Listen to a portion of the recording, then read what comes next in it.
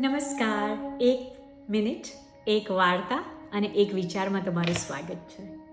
દરેક શિવ મંદિરમાં તમે વિચાર્યું કે નંદીજી શા માટે શિવજીની સામે જોઈને જ બેસે છે? હું તો દર વખતે જોઉં છું અને વિચારું છું કે શેના માટે?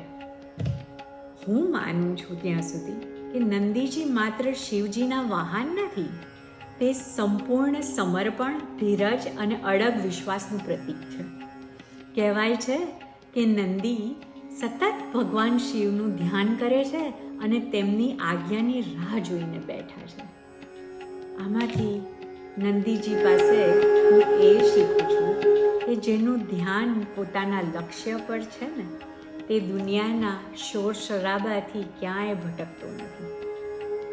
સારું, ત્યારે મળીએ કાલે. અને તમારો કોઈ વિચાર હોય તો મને જરૂર જણાવજો.